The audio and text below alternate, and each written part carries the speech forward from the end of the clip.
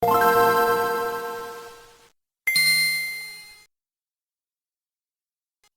welcome back to Radio DMG. I'm your host, Will Wesley, the Mile High Mouth, and I'm here with Bruce MacIntosh. And we're here to talk a bit about, well, what it is you do, who you are and what you do. So, who are you and what do you do? I wear lots of hats. I am the programming director for the Denver Comic Con, which means that I'm basically the showrunner. I create the content and with help, obviously. I don't do it all by myself, but create the content and make it happen on the day of the show, which includes 14 panel rooms, including large main events and the Belco Theater, and the smaller panel rooms with more subtle and discrete topics on education and things like that. I'm also the chairman of the Comic Book Classroom, our kids literacy organization. So, going to Comic Book Classroom, were you there from the beginning? I think you were one of the co-founders for that, or Yes. one of the founders for Comic Book Classroom. I was there from pretty much the beginning, yeah. In the beginning, there was Bruce. Wasn't just me. There was a bunch of us who came together, putting our expertise together to not only start the Literacy Foundation, but find a way to fund it, and that was the Denver Comic Con. So, why Comic Book Classroom? Why that approach? Well, if you've ever read Scott McCloud's Understanding Comics, and it's kind of that seminal work that's the foundation of a lot of what our philosophy is, and I remember this term, the juxtaposition of words and images. It helps people learn, and it also inspires kids who may not be willing or used to picking up a prose book and reading it cover to cover. But when you put images on there, it makes it interesting, it's dynamic, it's something they can get into. So that's the attraction of comic books. And most of us in the organization, and a lot of people I'm sure listening, learn to read through comic books.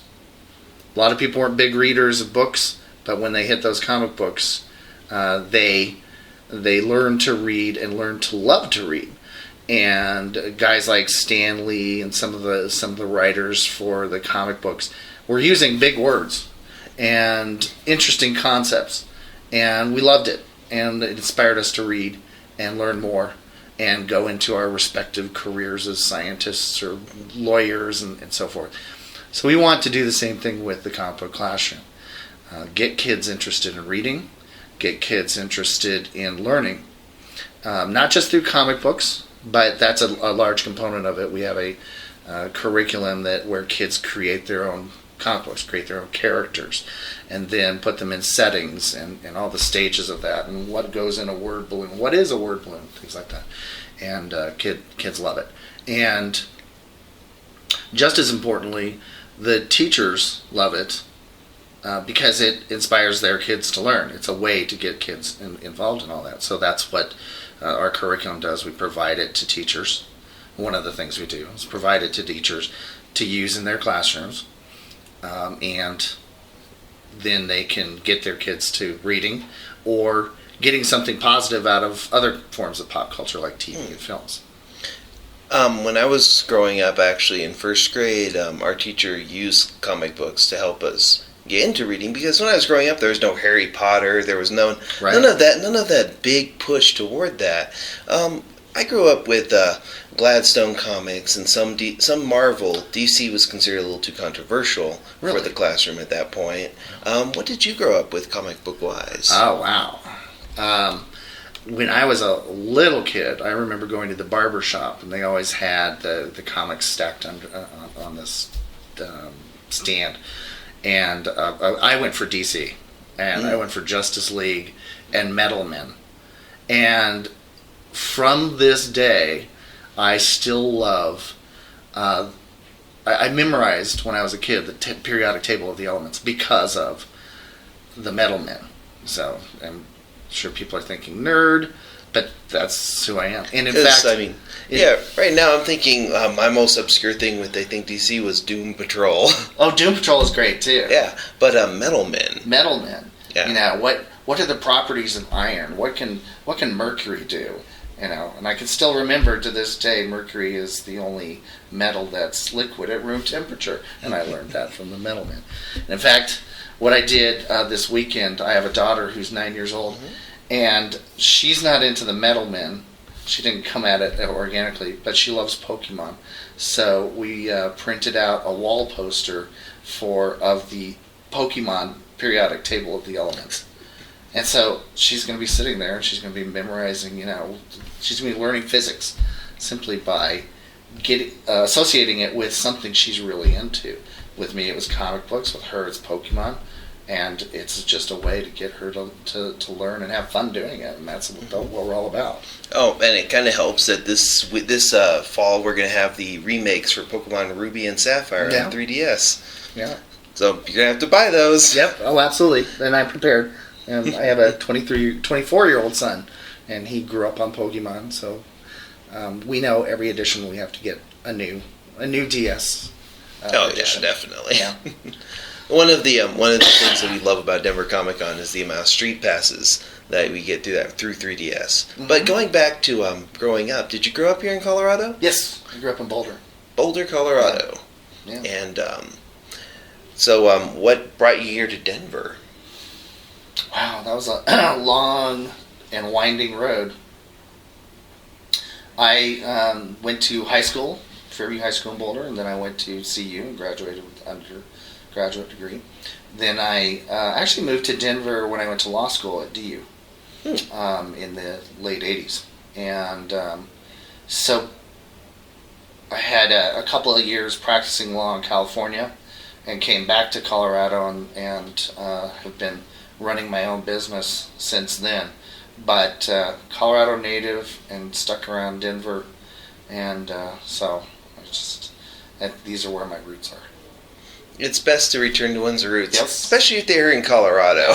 Yeah. Being a military brat, I just went all over the place. So I found my way here, and I think this is where I'm going to stay. Yep. Gotta love that. So, since you were in there near the beginning, what were the initial first couple days of Comic Book Classroom, or first couple months of Comic Book Classroom like, before the launch of the first Denver Comic Con? Well, the comic book, when I came on, I had been running with someone else, Michael Newman. We had been running Comic Fest, which was a sub part of the Starfest convention here. And so we were running essentially the first comic book convention, a small one, but it was an original. And so when we came on to help out with the Comic Book Classroom, the idea of comic books and literacy had already been formulated, and the organization, they were starting to write the curriculum and make that all take form, and that's actually what brought me on to what made me excited about this. Is, you know, I was already doing a comic convention, but to do it for the benefit of kids and literacy, that was terrific. So I was right in there and going, let's make this something where we can showcase the literacy and the curriculum. And so that's actually been my mission. So that's not quite answering your question, but I was sitting at the table and we were going, okay, let's name it Denver Comic Con, and we're going to do this Comic Book Classroom, and how can we take the Comic Book Classroom and integrate it into Denver Comic Con? Kind of the Denver Comic Con and Literary Conference. Yes. Yeah, because isn't the full name of it Denver Comic Con and Literary Conference? Yes. Mm-hmm. Yes. The official full name for right. Denver Comic Con. When that's kind of the tagline. The actual name of the literary conference is Romo Coco, the Rocky Mountain Conference on Comic Books and Literature. I think I got that wrong. But it's Romo Coco. Oh, that sounds like at Denver Comic Con or DCC or Comic Book Classroom or CBC is a little bit more catchy than Romo Coco. Romo Coco sounds like that's the Romo Coco touring with Justin Bieber and Miley Cyrus. Unfortunately, it's like a rooster Coco for Cocoa Puffs. Yeah, for Romo Cocoa Puffs. Yeah. So, but it's part of the convention too. Mm-hmm. Yeah, it's actually we've been. The first 2 years we did it outside of the con, the days leading up to it, and then it was the con, and now it's integrated with the con, so it'll be actually a discrete part of the convention where scholars will be up there not only presenting their papers on scholarly topics that involve pop culture and comic books, but we'll also have a lot of educational programming tied in with the literary conference, Romo Coco. I have to ask a question. My audience really can't see this because this is radio. Uh-huh. We all have faces for radio. But you've got a Batman symbol around your left ring finger. It's my tattoo. Yes. It is a tattoo. What's the story behind this? So that's on my ring finger. That's actually my wedding ring. And my wife has... It's on her own analog of the bat symbol on her ring finger. So we got married. We had our physical rings. We thought, this is one way to show our unity, obviously because it's tattoos and they're not coming off. But also our love of Batman, which has always been, it's kind of at the heart of everything that I've done since I was a kid. And what we're doing here is Batman. I can talk about that later. But also, we can't lose this. No one's going to steal it from us. It doesn't get lost in the laundry. It doesn't. Yeah. So, but it's also kind of a conversation starter. Oh, absolutely. Now I kind of have to know the story now about that, about how you and your wife met and why. Well, actually, the story on this was we just got this done a couple years ago, so we've been married over 10 years, and actually 11 years.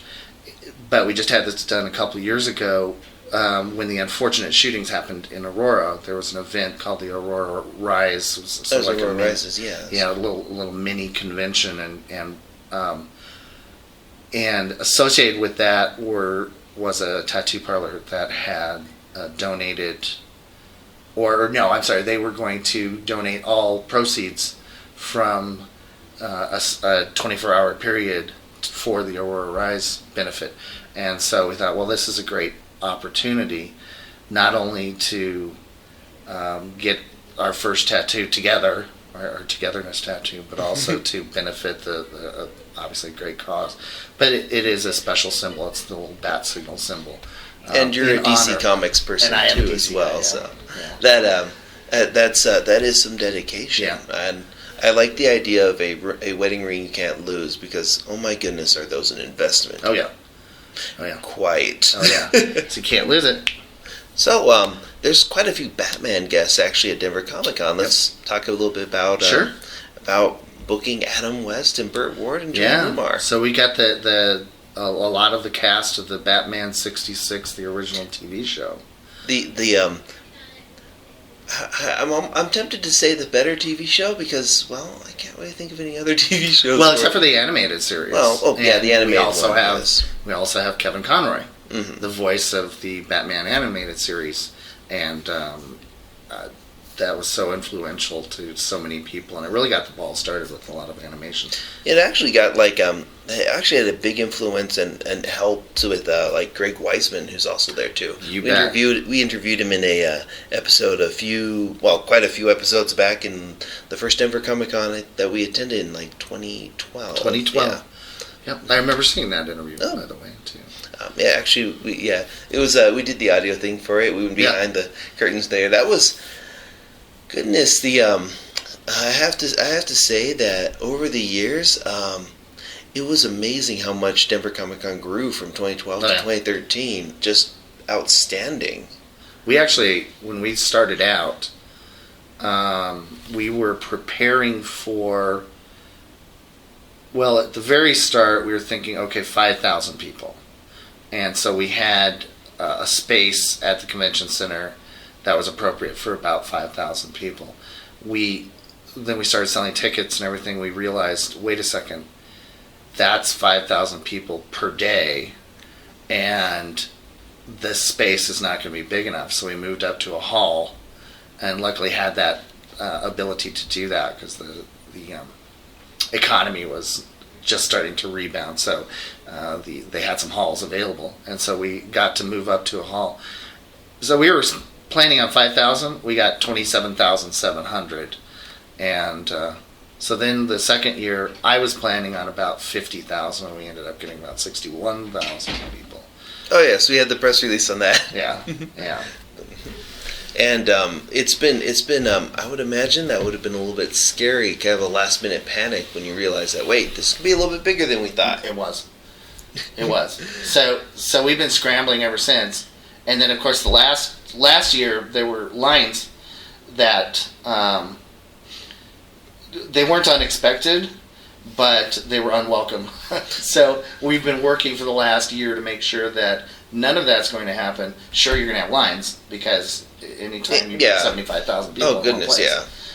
But they're not going to be, everybody's going to be well trained, and the people in line management are going to know exactly what to do, where people should go, and all that. So that will not be a problem this year. We took pictures of the lines last year as well as in our coverage, and we'll be taking pictures at Denver Comic Con this year, and awesome. We expect to see a few lines. That's what happens. I mean, we've covered many E3s and other conventions. Lines happen, people. Yeah, lines. It's inevitable. You put 75,000 people in one spot. You got to wait in line somewhere. Just think of it as Disneyland. When you get in, it's going to be a thrill ride you'll never forget. And it looks like there's a lot of programming this year at Denver Comic Con. What is the programming you guys are providing that you're looking forward to the most? Well, I'm looking forward to everything because I've been working on it for a year, and it's all just now. It all comes together at the con. But we have tracks of programming, specific topics that we've filled up. Doctor Who, have 25 panels of various topics of Doctor Who, companions, trivia, because we found that the first 2 years, the first year we had a couple of Doctor Who panels and they were swamped. And so 5 times that much. We had almost 10 panels last year, 8 or 10, and those were swamped. So now we have 25. It gets its whole room for the entire weekend. This is going to be nonstop Doctor Who programming. I know quite a few people who are looking forward to that. Yeah, so Doctor Who fans, not only with our guests, Peter Davison and Sylvester McCoy, we just announced, and we may have some surprises later on, but the bottom line is that we have a lot of Doctor Who programming, and so it's sort of a mini Doctor Who con. But that's not all. We have Walking Dead and zombies. And Arrow. And Arrow, we've got Stephen Amell from Arrow, and maybe more coming. There's a couple. There's still weeks. We're still few weeks away. 30 days away. That's when all the action happens. So just keep watching our Facebook page. But so we have the celebrity tracks. Obviously, we have then we have the things that are specifically guided by our literacy and the pop culture movement. The education track. We have more education panels that involve pop culture and comic books and so forth than I think an education conference has, including the Romo Coco. Oh, yeah. And we have an authors track, a literary track, so we're bringing in authors from the Star Wars universe and young adult novels and so forth, and they're all going to be talking not only to authors about the writing process, but giving program for kids about literature for kids, young adult lit, a la Harry Potter, but also their creations Oh, things like, also some of the newer young adult fiction like Divergent or The Yes. Maze Runner and such. Yeah, absolutely. And of course, Hunger Games is Oh, yeah, too, that one's popular. But so young adult literature, it's wonderful to see it just exploding stuff for kids and teenagers to read. And of course, kids and teenagers is what we're all about at Denver Comic Con. So there's a lot of that programming aimed right for them. So there's tons for kids to do if they want the more, I don't know, scholarly kinds of things. They can learn about what to read next. Mm-hmm. Or they can, The Maze Runner series, if you haven't. The movie's going to be kind of amazing. And we have lots of My Little Pony stuff, too, which appeals to all ages, as we know. That has kind of a huge following. Yes. But going back to comic books, comic books seem to have been a very special part of your life. Absolutely. They seem to. I would say that comic books help shape and mold us into who we are. Yes. They help us with like problems or like self-esteem and Absolutely. such. And I'd like to take a moment to go a little bit more serious and talk about. Well, I've noticed something at a lot of conventions. Mm-hmm. We do cover quite a few conventions here in the area, and one thing I've always noticed about conventions is the fans at conventions. Going into a convention or at a convention, there's a lot of energy with the fans. Mm-hmm. With they're very outgoing. You see lots of enthusiastic cosplay, costuming, mm-hmm. art, all this stuff. Lots of high energy that they bring into that. And then when they're outside of the convention, they seem to hide that, or kind of tends to go away. What is your suggestion for a fan of comic books or of, I guess you could say, quote, geeky, end quote, mm-hmm. material, of taking that convention energy, that convention high from being at Denver Comic Con or other conventions, and how can they take that energy into their everyday life at mm-hmm. school or at work or with their family? What are your suggestions for bringing that convention energy out to your everyday life? That's a great question, and that's a little bit part of what we're about in the programming, and part of programming, of course, is the cosplay. Mm-hmm. We have a huge contingent of cosplayers. I've been to dozens of conventions over the last 15 years throughout the country. So I've been to them all, from San Diego to New York, and even the little ones in Charlotte and so forth. And the cosplay community here and our cosplayers with the con are second to none. It's huge. People are working on their costumes and how they want to express themselves throughout the year. And this is like the big event. This is me getting to express myself. So I think what you see is and we've all felt, is an inability to express the real you. You don't feel like you can, for lack of a better term, come out, which applies in a lot of ways. And so to keep harping on the programming, we have a full track of programming that answers, hopefully, that question. How can you be part? How can you feel not alienated? Be part of the community. We know that when you come to the convention, you feel like you're with kindred spirits, and you can express yourself. But when you can't, like you said, when you're out of the convention element, you don't feel like you can express yourself. And so that's part of our program. So I don't know if I've got the answer, but I know that we're going to try to provide the answer. And, for example, a kid named Grayson Bruce, you may have heard of him. He was bullied at school.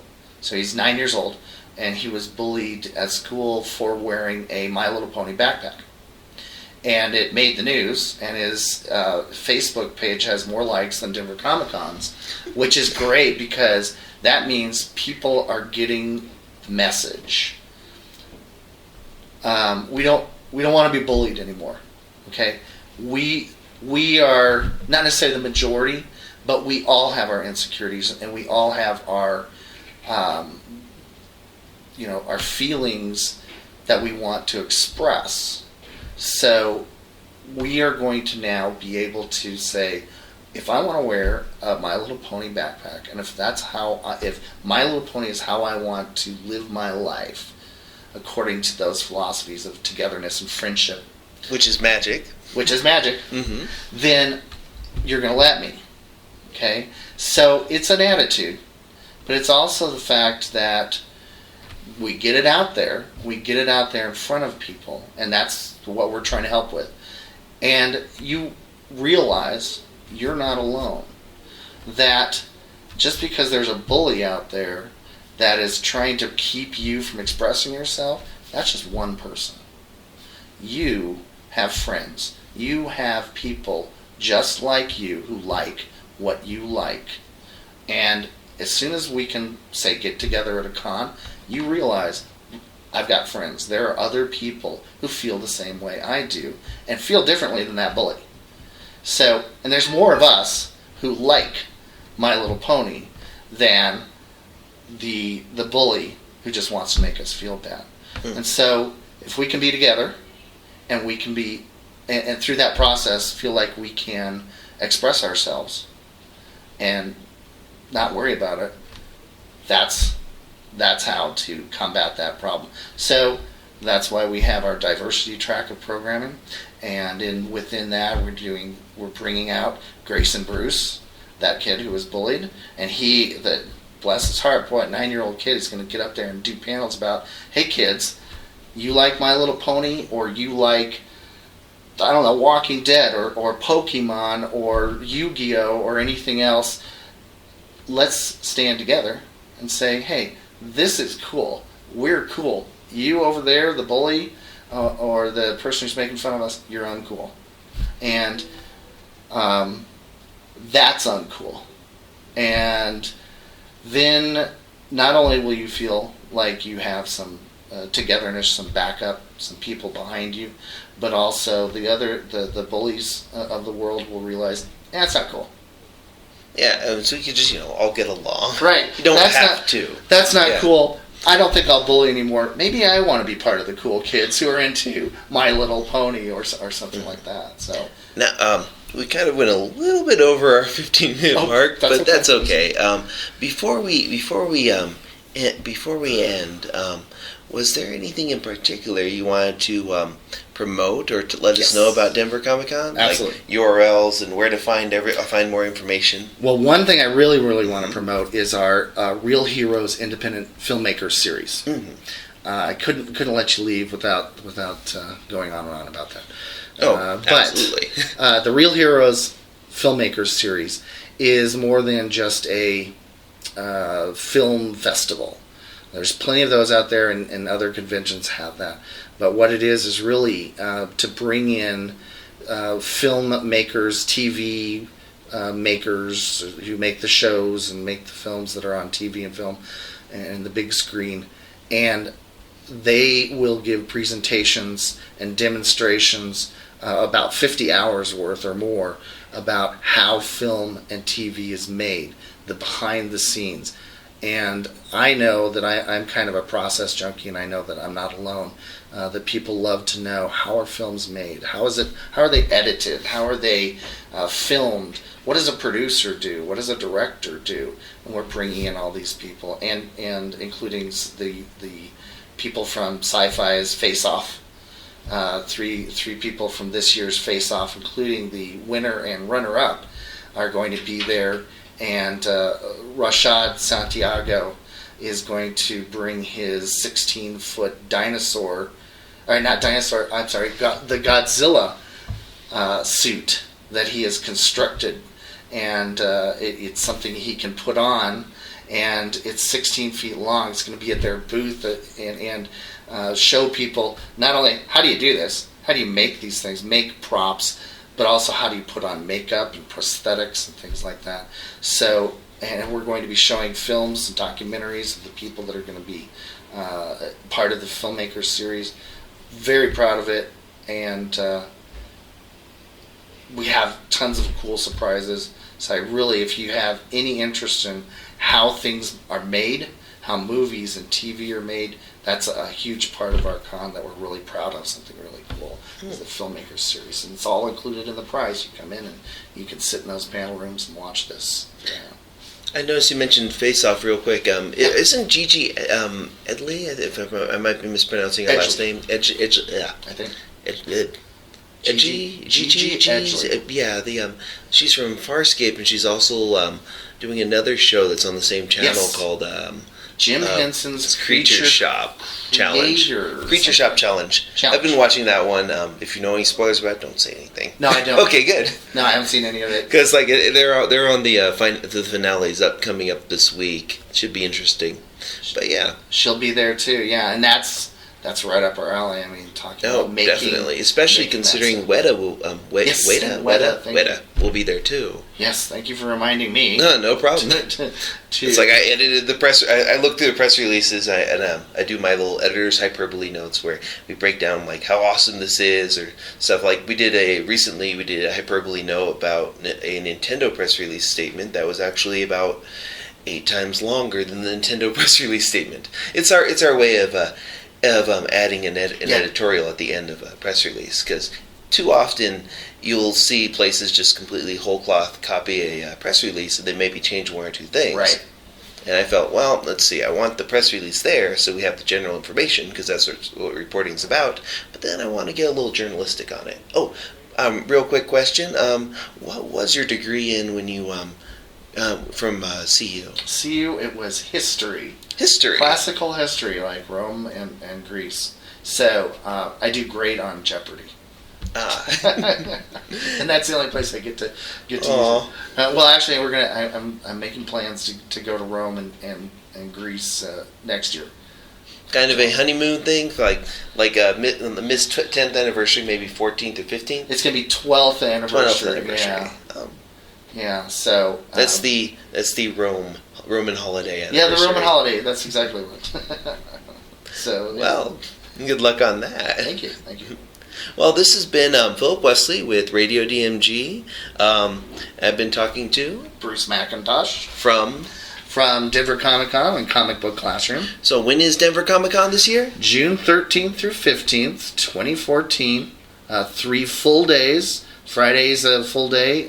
We expanded that, so it's 10 to 7 every day, except for a little bit earlier on Sunday. Lots of programming and lots to do for your money.